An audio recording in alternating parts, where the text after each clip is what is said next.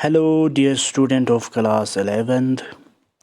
Today in this lecture, we shall discuss about the phylum Mollusca. We all know that we have already studied many phylums of invertebrates. Till now, we have studied from Porifera to Arthropoda. Today, we have to discuss about the characters of phylum Mollusca.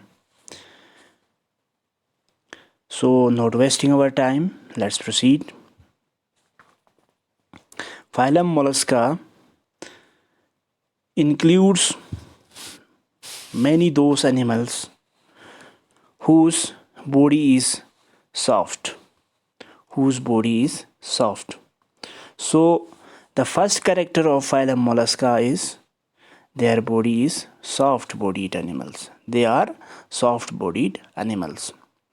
If we look at the level of organization in this phylum, most of the animals are having the organ level of organization. We all know that we have 4 levels of organization. One is cellular, second is tissue level, third is organ, and fourth is organ system. And this belongs from the organ system of organization, that is pretty much developed animals. Okay, and if we look at the symmetry of the animals are mostly bilateral. There are some exceptions, and this exception includes snails. Snail is a mollusca animal which has no bilateral symmetry, but it shows the asymmetrical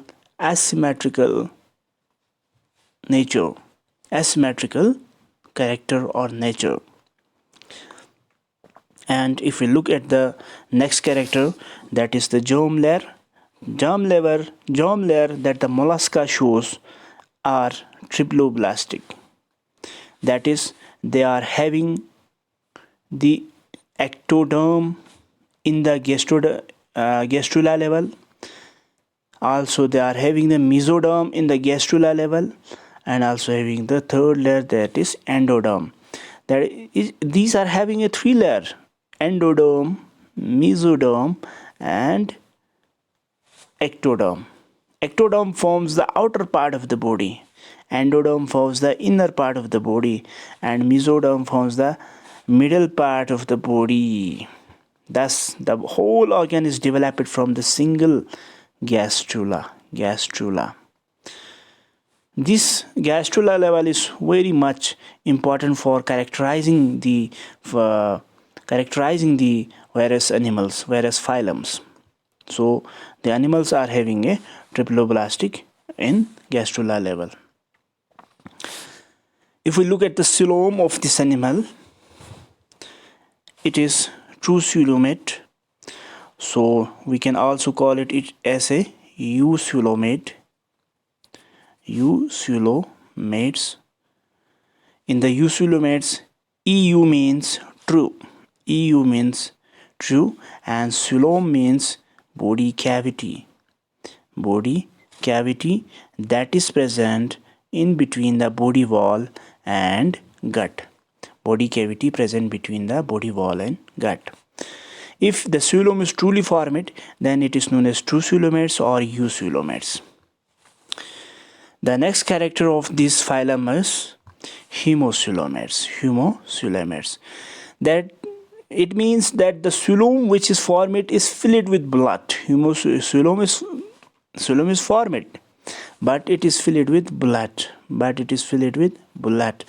Let's understand it clearly.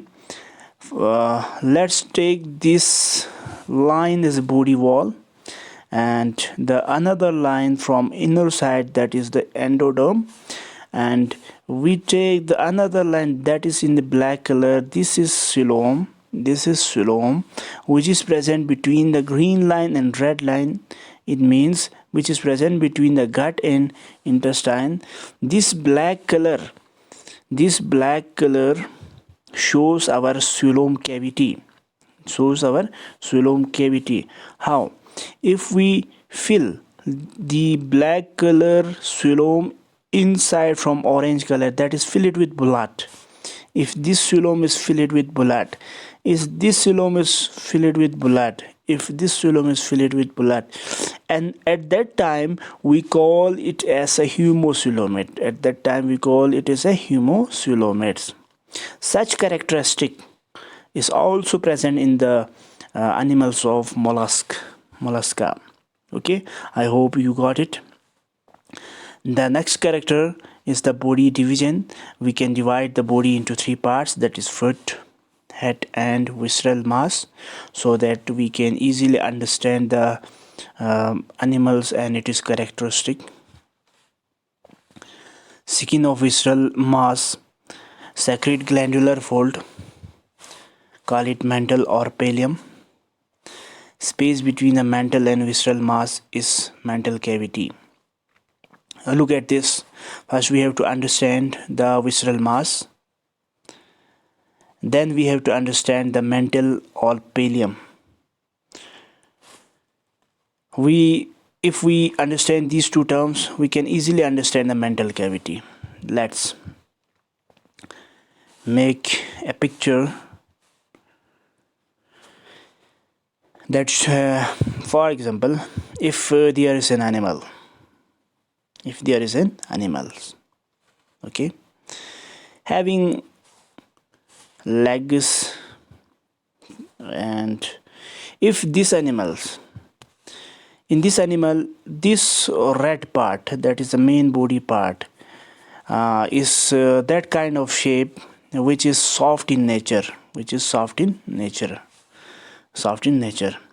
and the body is covered from outer side by a hard structure, which I am showing in black color, okay. Let's redraw it. This like this black color. Here the mantle is this one. The black color which I am figuring is the mantle. It is the hardest part